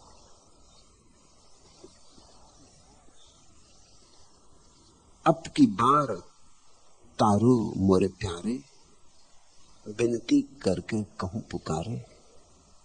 जगजीवन कहते हैं कि बस अब बहुत हो चुका, अब और नहीं, अब तेरे चरण मिल गए, अब छूटे ना। अब प्रार्थना है कि अब मुझे तार लो, अब फिर मत फेंक देना इस विराट जंजाल में, अब फिर मत चले जाने देना भटकन की राहों पर। अब की बार तारू मोरे प्यारे, विनती करके कहूं पुकारे। और तो मैं क्या कर सकता हूं, दावा तो नहीं कर सकता, अधिकार मेरा कोई भी नहीं। विनती कर सकता हूं, पुकार कर सकता हूं, पुकारूंगा, विनती करूंगा। नहीं बस अहद के तो कहीं हारे, मैं तो बहुत करके हार चुका था, और बहुत हैं जो कर करके हार चुके हैं और कुछ भी ना हुआ। नहीं बस अहद के तो कहीं हारे, तुमरे अब सब बने संवारे। लेकिन तुमने संवार दिया, बिगड़ी को बना दिया। मुझसे तो बिगड़ती ही चली जाती थी बात। जितना खोजता था उतना दूर निकल जाता था, जितना करता था उतना अनकिया हो जाता था। दान भी करता था तो भीतर लोभ संग्रहित होता था, विनम्र बनता था तो अहंकार पीछे के द्वार से आता था। त्याग करता था तो वह भी भोग की आकांक्षा में करता था कि वैकुंठ का भोग मिलेगा। मेरे किए तो कुछ होता ही नहीं था, उल्टा ही होता था। नहीं बस अहद के तो कहीं हारे, मैं तो हार ही चुका था। ख्याल रखना, जब खोज खोज कर कोई हार जाता है तभी उससे मिलन। हारे को हरिनाम। जीतने वालों को नहीं मिलता, हारों को मिलता है। जब तक तुम्हें जरा सी भी आशा लगी है कि जीत लेंगे, तब तक अहंकार जारी है। जब तक तुम्हें थोड़ी सा भी भरोसा है कि कुछ और कर लेंगे, ऐसा नहीं तो वैसा, वैसा नहीं तो वैसा, नई विधि, नया विधान, नया मार्ग खोजेंगे, मगर पहुंच कर रहेंगे, जब तक तुम्हें थोड़ी सी भी संभावना है अपने पहुंच जाने की, तब तक तुम चूकते रहोगे, तब तक भक्ति का उदय न होगा। जिस दिन तुम समग्र रूपेण जानोगे हार गए, पूरे हार गए, 100% हार गए, गिर पड़ोगे हार में, हारे को हरिनाम। उसी क्षण अहंकार गया। अहंकार जीता है आशा में, आशा अहंकार का भोजन। इसलिए बुद्ध ने कहा है, धन्य भागी हैं वे जो परिपूर्ण रूप से निराश हो गए, हताश हो गए। बड़ा उल्टा वचन, क्योंकि आमतौर से हम कहते हैं निराश आदमी बेचारा, हताश आदमी बेचारा। बुद्ध कहते हैं धन्य भागी है वह जो परिपूर्ण रूप से हताश हो गया, निराश हो गया, जिसकी आशा जड़ मूल से मर गई, कुम्हला गई। क्योंकि जैसे ही आशा जड़ मूल से कुम्हला जाती, अहंकार मर जाता। अहंकार आशा का ही फूल है, और जहां अहंकार नहीं वहीं परमात्मा का आविर्भाव है। नहीं बस अहद के तो कहीं हारे, तुम्हारे अब सब बने संवारे। लेकिन अब देख लिया राज हमने। जगजीवन कहते अब हम पहचान गए, तुम संवारते हो तो संवरता है। अब संवार लिया, अब छोड़ मत देना हाथ। अब गह लिया हाथ, अब छोड़ मत देना हाथ। तुम्हारे हाथ है अब सोई, अब सब तुम्हारे हाथ में, सब बेशर्त तुम्हारे हाथ में, और दूसरा नहीं कोई। अब कोई आशा नहीं किसी और की, ना अपना भरोसा है ना किसी और का भरोसा है। अब सारा भरोसा तुम पर। इस भाव दशा का नाम श्रद्धा है। श्रद्धा सुवास है भक्त के हृदय की। जो तुम चहत करत सो होई, तुम जो चाहो हो जाता है। हमारे चाहने से तो सब बिगड़ जाता है। जो तुम चहत करत सो होई, जल थल महरत ज्योति समोई। अब मैं देख रहा हूं कि जल में थल में सब तरफ तुम्हारी ही ज्योति समाई हुई है। कैसा अंधा था, अब तक ये क्यों मुझे नहीं दिखाई पड़ा? और ऐसा भी नहीं है कि ये वचन मैंने सुने नहीं थे। शास्त्र यही तो कहते हैं, सब में वही समाया है। कंठस्थ थे ये वचन मुझे, लेकिन बस दोहराता था तोते की भांति। तुमने दिखाया तो दिखा, तुमने नहीं दिखाया तो शब्द तो मुझे याद रहे, शब्द तो मैं दोहराता रहा, लेकिन दिखा मुझे कुछ भी नहीं। जैसे अंधा रोशनी की बातें करता रहा और बहरा संगीत की चर्चाएं छेड़ता रहा। तुम जो चहत करस होई, जल थल में रही ज्योति समोई। अब मैं देखता हूं कि सब तरफ तुम ही हो, सारी ज्योतियां तुम्हारी ज्योतियां, कण कण में तुम ही व्याप्त हो। मगर ये तुमने दिखाया तो मुझे दिखा। इसकी हद से निकलते फिर ये मंजर देखते, काश हुस्ने यार को हम हुस्न बनकर देखते। गुंचा और गुल देखते या माहो अख्तर देखते, तुम नजर आते हमें, हम कोई मंजर देखते। फितरते मजबूरी पे काबू ही कुछ चलता नहीं, वरना हम तो तुझसे भी तुझको छिपाकर देखते। फिर वही हसरत है साकी, फिर उसी अंदाज से, फिर सिवा सागर के सब कुछ गर के सागर देखते। कृष्ण गाने दीद जलवा हमें समझा है क्या, तुम अगर सूरत दिखाते जान देकर देखते। मर मिटा एक बात पर किस आन से किस शान से, आप अगर ऐसे में होते दिल के तेवर देखते। मिटकर ही जाना जाता है, हार कर ही पाया जाता है, खोकर ही मिलन। मर मिटा एक बात पर किस आन से किस शान से, आप अगर ऐसे में होते दिल के तेवर देखते। कृष्ण गाने दीद जलवा हमें समझा है क्या, तुम अगर सूरत दिखाते जान देकर देखते। हम तैयार थे, जान भी देने को तैयार थे, तुम अगर सूरत दिखाते,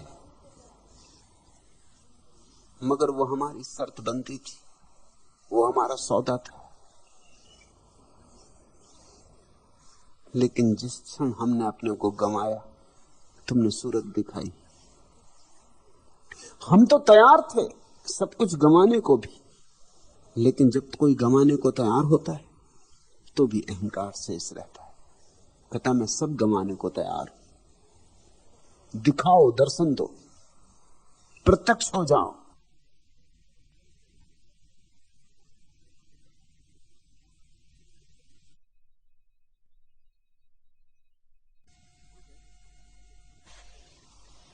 मगर पहले प्रत्यक्ष हो जाओ तो मैं सब देने को तैयार हूं। हालत उल्टी है, तुम सब दे दो, प्रत्यक्ष हो जाता है। इसलिए भक्त बड़े से बड़ा जुआरी दांव पे लगा देता है, भरोसा कुछ भी नहीं कि कुछ मिलेगा कि नहीं मिलेगा। भक्त बड़ी से बड़ी जोखिम उठाता है। तुमसे साधारणता लोग कहते हैं, तुम्हारे पंडित पुरोहित साधु महात्मा, कि भक्ति सरल है। उनकी बातों में मत आ जाना, भक्ति बड़ी जोखिम है। ज्ञान सरल, त्याग भी सरल है, प्रेम सबसे बड़ी जोखिम है। क्योंकि ज्ञान में और त्याग में अहंकार मालिक रहता है, प्रेम में अहंकार को विदा देनी होती। इसकी हद से निकलते फिर ये मंजर देखते, काश हुस्ने यार को हम हुस्न बनकर देखते। तुम उसे तभी देख पाओगे जब तुम उसमें परिपूर्ण लीन हो जाओगे, वही हो जाओगे, तभी देख पाओगे। सागर को जानने का एक ही उपाय है, सागर हो जाना। मगर सागर होने के पहले बूंद को मिटना पड़े। बूंद ये नहीं कह सकती कि पहले मैं सागर हो जाऊं फिर मैं मिटने को तैयार हूं। बूंद को तो मिटना पहले होगा, और मिटने के पहले कोई गारंटी कहां? कौन गारंटी देगा कि मिटने से सागर हो ही जाओगे? जब बीज टूटता है और मिटता है तो गारंटी क्या है कि वृक्ष बनेगा ही? हिम्मत चाहिए, बड़ी हिम्मत चाहिए, दुस्साहस चाहिए। मगर बीज दुस्साहस करता है और वृक्ष हो जाता है। बूंद दुस्साहस करती है और सागर हो जाती है। भक्त दुस्साहस करता है और भगवान हो जाता है।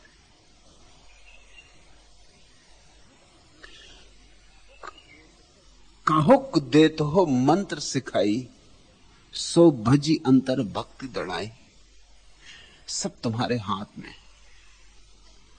चाहो तो किसी को राजों का राज दे देते हो, मंत्र दे देते हो।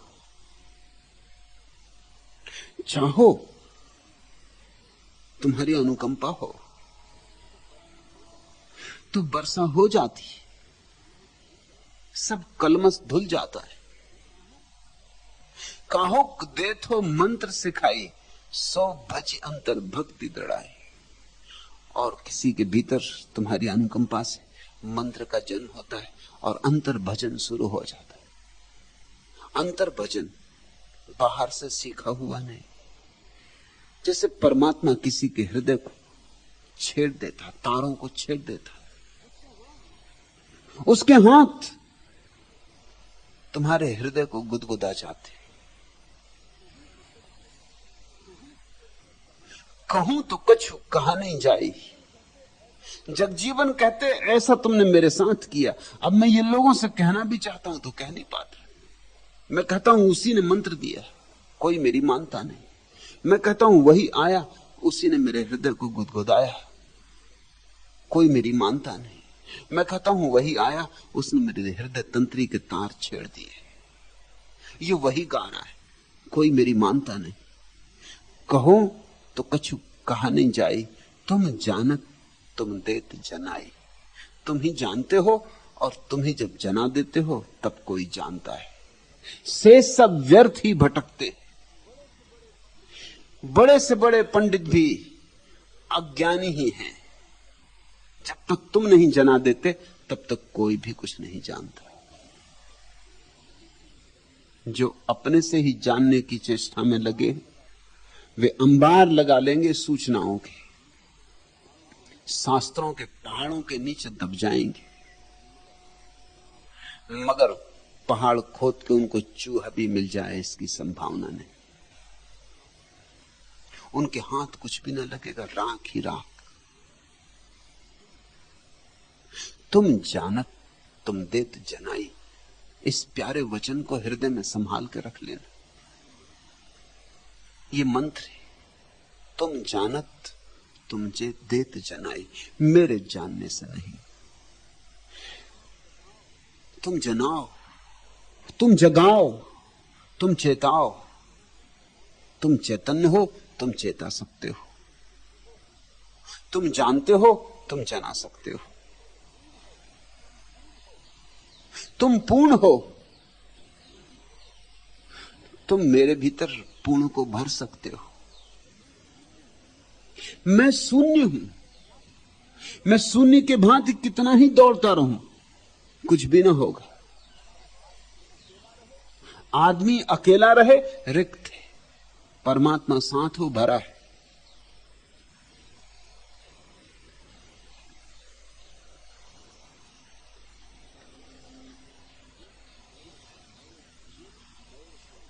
यक मय बैनाम जो इस दिल के पैमाने में है वो किसी शीशे में है, साकी न मैं खाने में है। यूं तो साकी हर तरह की तेरे मैं खाने में है, वो भी थोड़ी सी जो इन आंखों के पैमाने में। एक ऐसा राज भी दिल के नेहा खाने में है, लुत्फ जिसका कुछ समझने में न समझाने में। एक कैफे नातमा में दर्द की लज्जत ही क्या, दर्द की लज्जत सरापा दर्द बन जाने में। फिर निकाब उसने उलटकर रूह ताजा फूंक दी। अब न काबे में है सन्नाटा न बुतखाने में। एक बार वो अपना पर्दा खुद उघाड़ दे, घूंघट के पट खोल। एक बार वो खुद ही अपना घूंघट खोल दे। फिर निकाब उसने उलटकर रूह ताजा फूंक दी। अब न काबे में है सन्नाटा न बुतखाने में। फिर सब तरफ गीतों की झंकार पैदा हो जाती। काबा भी गा उठता है, मस्जिद भी गुनगुना उठती, मंदिर भी पुनरुज्जीवित हो जाते, मिट्टी में अमृत की धुन आने लगती। एक मय बेनाम जो इस दिल के पैमाने में है वो किसी शीशे में है, साकी न मैं खाने में। और एक मदिरा तुम्हारे दिल के भीतर है, वो किसी भी मधुशाला में नहीं मिलेगी, मगर उस मदिरा तक तुम्हारे हाथ पहुंच नहीं सकते। तुम्हारे हाथ तो बाहर ही बाहर पहुंचते, उस मदिरा तक तो परमात्मा के हाथ ही पहुंच सकते। उसने ही रखी है तुम्हारे हृदय में, वही तुम्हें पिलाए तो पीना हो। एक ऐसा राज भी दिल के नया खाने में, लुत्फ जिसका कुछ समझने में न समझाने में। न तो समझा जा सकता है न समझाया जा सकता है, लेकिन जाना जा सकता है। वही जना दे तो जाना जा सकता है। भक्ति का सार सूत्र है कि परमात्मा के किए ही कुछ होता है, मनुष्य के किए कुछ भी नहीं होता है। जगत भगत कहते तुम तारा, और कितने लोगों को तुमने तार दिया। मैं अजान के तान बिचारा, मैं भी छोटा मोटा, मैं कुछ बहुत बड़ा भगत भी नहीं हूं। मेरी भक्ति भी कोई ऐसी नहीं कि तुम मुझे तारो ही। मुझे मेरी भक्ति पे भी कोई ऐसा भरोसा नहीं है, क्योंकि जगत में बड़े बड़े भक्त हुए, जगत में बड़े बड़े भक्त थे। जगत भगत कहते तुम तारा, मैं अजान के तान बिचारा। लेकिन मेरी कौन गिनती, फिर भी तुम आए, फिर भी तुमने दर्शन दिए, फिर भी तुमने मेरे तन मन को आनंद से सरोबोर किया, फिर भी तुमने मेरे हृदय में मदिरा उड़ेली, फिर भी तुमने अपनी नकाब पलटी। इससे भरोसा आता है कि अगर मुझे हो सकता है तो सबको हो सकता है। मैं तो ना कुछ, मेरी कोई विसात नहीं। हुआ होगा बड़े भक्तों को, वे बड़े थे, मेरी तो कोई विसात नहीं, मैं अजान के तान बिचारा। लेकिन जब तुम मेरे सामने प्रकट हो गए तो एक बात पक्की हो गई, एक बात निश्चित हो गई कि अब तुम किसी के भी सामने प्रकट हो सकते हो। मैं तो अंतिम से अंतिम हूं। अगर मैं तुम्हारी अनुकंपा का अधिकारी हूं तो प्रत्येक व्यक्ति तुम्हारी अनुकंपा का अधिकारी। चरण शीश में ना ही टारूं, अब मैं तुम्हारे चरणों से अपने शीश को नहीं हटाऊंगा। निर्मल मूरत निरत निहारूं, अब तो देखता रहूंगा ये तुम्हारा प्यारा रूप, ये तुम्हारे सौंदर्य में नहाता रहूंगा। जग जीवन को अब विश्वास राखो सतगुरु अपने पास। अब मुझे भरोसा हो गया है, अब मुझे श्रद्धा उमगी है।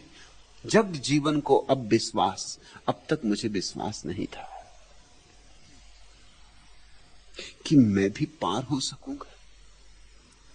अब तक मुझे विश्वास नहीं था कि कभी मैं भी इस योग्य हो सकूंगा कि तुम्हारे दर्शन होंगे। जब ये अपूर्व घटना घट गई, अनायास, अनपेक्षित, तो अब एक घटना और भी घटेगी, इसका भी भरोसा बैठता है। राखो सतगुरु अपने पास, अब तुम मुझे अपने पास रखो। अब ये भी श्रद्धा बनती है कि जब इतना हुआ तो इतना भी होगा। एक श्रद्धा दूसरी श्रद्धा में ले जाती, एक श्रद्धा दूसरी श्रद्धा के लिए द्वार बन जाती।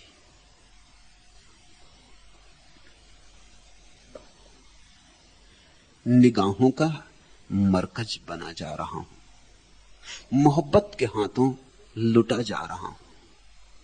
मैं कतरा हूं लेकिन आगों से दरिया अजल से अबद तक बहा जा रहा हूं। वही हुस्न जिसके हैं ये सब मजाहिर, उसी हुस्न में हल हुआ जा रहा हूं।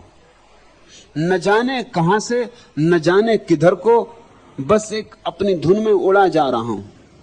न इदरा के हस्ती न एहसास मस्ती, जिधर चल पड़ा हूं चला जा रहा हूं। न सूरत न मानी न पैदा न पिन्हा, ये किस हुस्न में गुम हुआ जा रहा हूं। उसके चरणों पर हाथ पड़ते ही न सूरत न मानी न पैदा न पिन्हा, फिर कुछ सूझबूझ नहीं रह जाती, होश हवास नहीं रह जाता। न सूरत न मानी न पैदा न पिन्हा, न कोई अर्थ न कोई अभिप्राय न कोई हेतु। ये किस हुस्न में गुम हुआ जा रहा हूं और ये किस सौंदर्य में डूबता जा रहा हूं। निगाहों का मरकज बना जा रहा हूं, मोहब्बत के हाथों लुटा जा रहा हूं।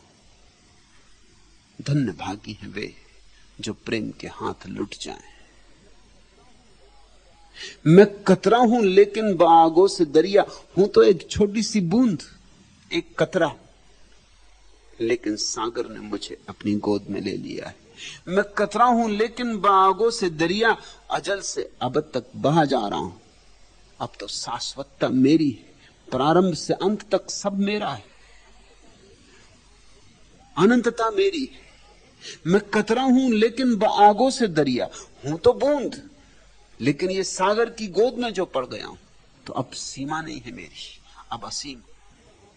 मैं कतरा हूं लेकिन बागों से दरिया अजल से अबद तक बहा जा रहा हूं। वही हुस्न जिसके हैं ये सब मजाहिर, उसी हुस्न में हल हुआ जा रहा हूं।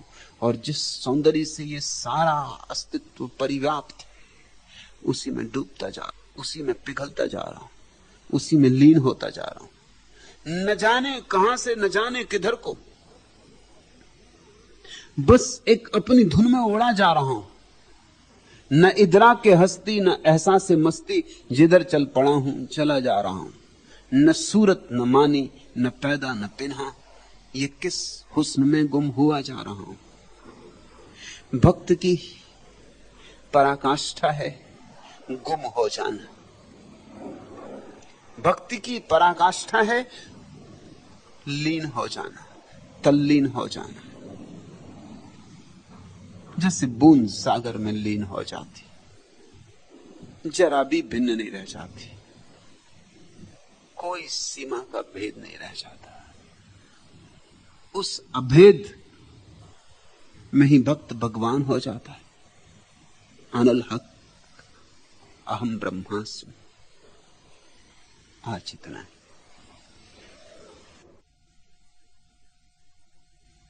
अगर यह वीडियो आपको अच्छी लग रही हो तो वीडियो को लाइक और चैनल को सब्सक्राइब करें।